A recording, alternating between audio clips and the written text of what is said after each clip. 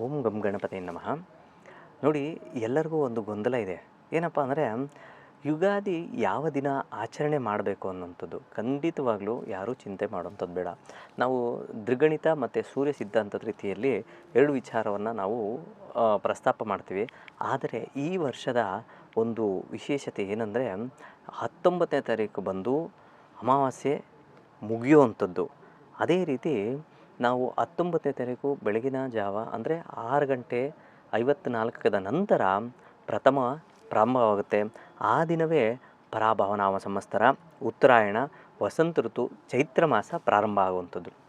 ಆ ಕಾರಣದಿಂದ ಎಲ್ಲರೂ 19ನೇ ತಾರೀಕು ಗುರುವಾರದಂದು ಯುಗಾದಿ ಹಬ್ಬವನ್ನು ಆಚರಣೆ ಮಾಡಬೇಕು. ಅದೇ ರೀತಿ ಬೇವು ಬೆಲ್ಲವನ್ನು ಸೇವನೆ ಮಾಡಿ ನಿಮ್ಮ ಒಂದು ಇಷ್ಟಾರ್ಥವನ್ನು ಸಾಧನೆ ಆಗಲಿ ಅಂತ ಹೇಳ್ಬಿಟ್ಟು ಪರಮಾತ್ಮನಲ್ಲಿ ಬೇಡ್ತಾ ಈ ಒಂದು ಬೇವು ಬೆಲ್ಲ ಸೇವನೆ ಮಾಡೋಂಥದ್ದಾಗಿದ್ದೆ ಆದರೆ ಖಂಡಿತವಾಗಲೂ ಆರೋಗ್ಯ ರೀತಿಯಲ್ಲೂ ಅಂದರೆ ಆಯುರ್ವೇದ ರೀತಿಯಲ್ಲಾಗಿರ್ಬೋದು ಅಥವಾ ಜ್ಯೋತಿಷ್ಯಶಾಸ್ತ್ರ ರೀತಿಯಲ್ಲಾಗಿರ್ಬೋದು ಸಂಪೂರ್ಣ ಶುಭಫಲಗಳನ್ನು ಕಾಣ್ತದೆ ಅಂತ ಹೇಳ್ತದೆ ಶಾಸ್ತ್ರ.